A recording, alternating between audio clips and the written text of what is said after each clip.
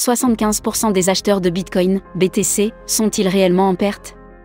Les investisseurs du Bitcoin dans le rouge d'après la BRI.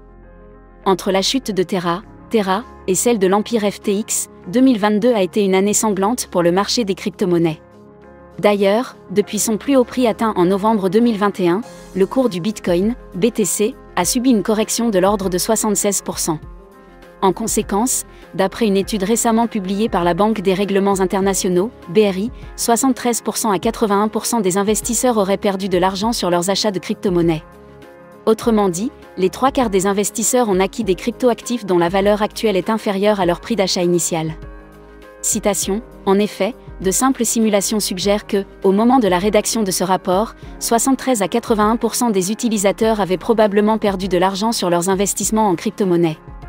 En parallèle, la BRI estime que 75% des possesseurs de Bitcoin, BTC, étaient en perte lorsque son cours stagnait autour des $20 000.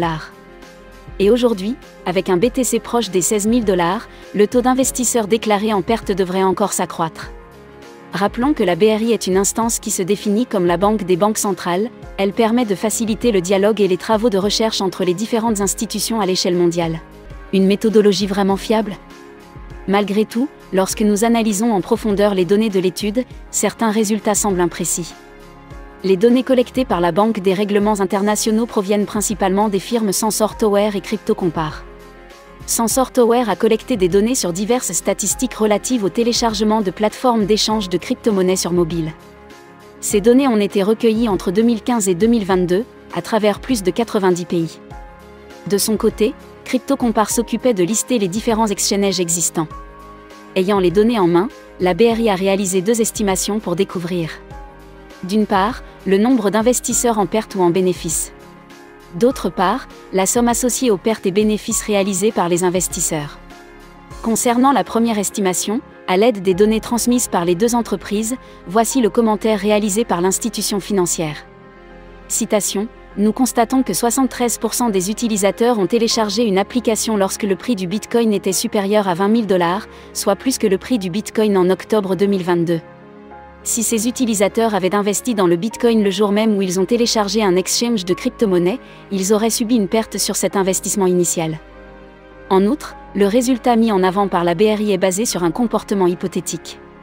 Aucune donnée existante n'affirme qu'un utilisateur achète du Bitcoin sur un exchange de crypto-monnaie le jour même de son téléchargement. D'ailleurs, nous pouvons noter l'usage du conditionnel pour affirmer l'imprécision du résultat obtenu. De même, concernant la seconde estimation, voici ce que nous pouvons lire. Citation, en supposant que chaque nouvel utilisateur achète $100 de Bitcoin au cours du premier mois de téléchargement de l'application, ainsi qu'au cours de chaque mois suivant, 81% des utilisateurs auraient perdu de l'argent. Cette fois-ci, l'estimation est basée sur un autre comportement de la part de l'investisseur. Au lieu d'investir une seule fois, l'utilisateur lisse son investissement en investissant tous les mois la même somme dans le Bitcoin, BTC. Cependant, le résultat avancé reste le fruit d'une estimation, il n'est représentatif ni du comportement, ni des pertes et bénéfices réalisés par les investisseurs. En conséquence, les 2 résultats affirmés par la BRI sont seulement représentatifs du récent engouement autour du Bitcoin, BTC, associé à la chute de son prix depuis 2022.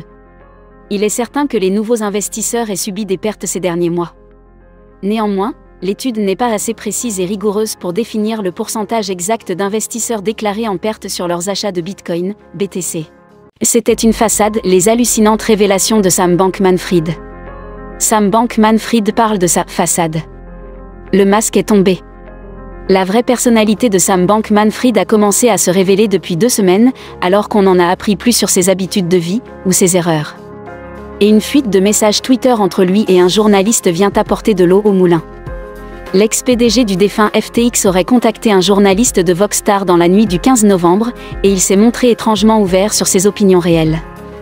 Les messages ont par ailleurs été confirmés par Sam Bankman-Fried, on sait donc qu'ils n'ont pas été falsifiés.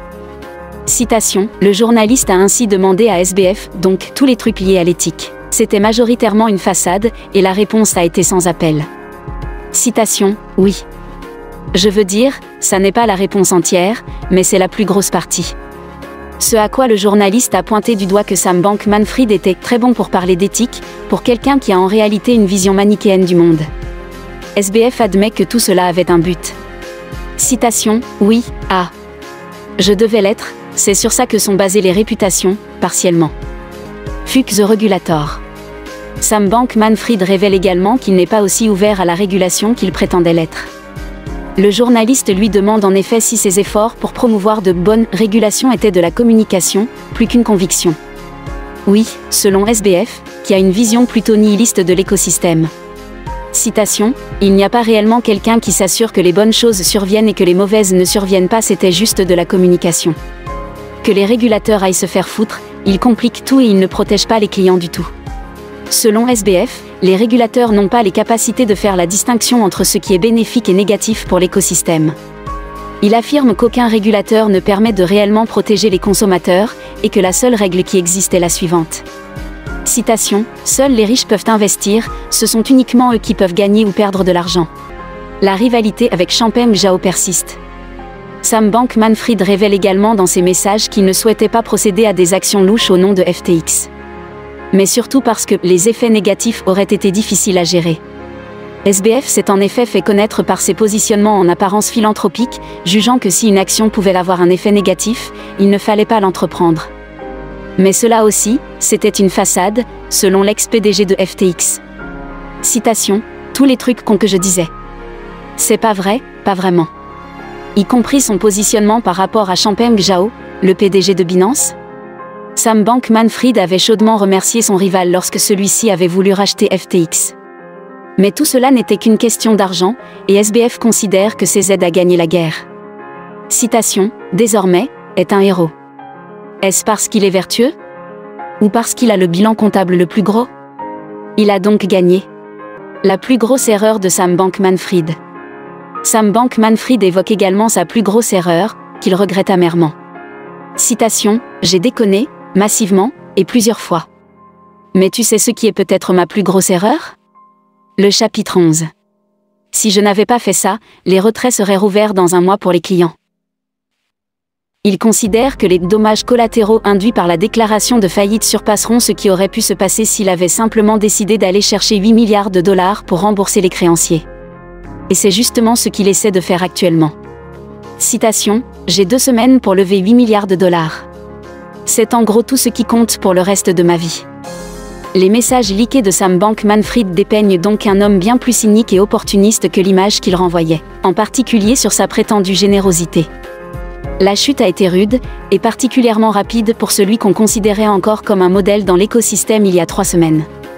La candeur de SBF est surprenante, et elle ne fera rien pour apaiser les investisseurs. Ni le nouveau PDG de FTX, qui a été forcé de prendre ses distances avec son prédécesseur.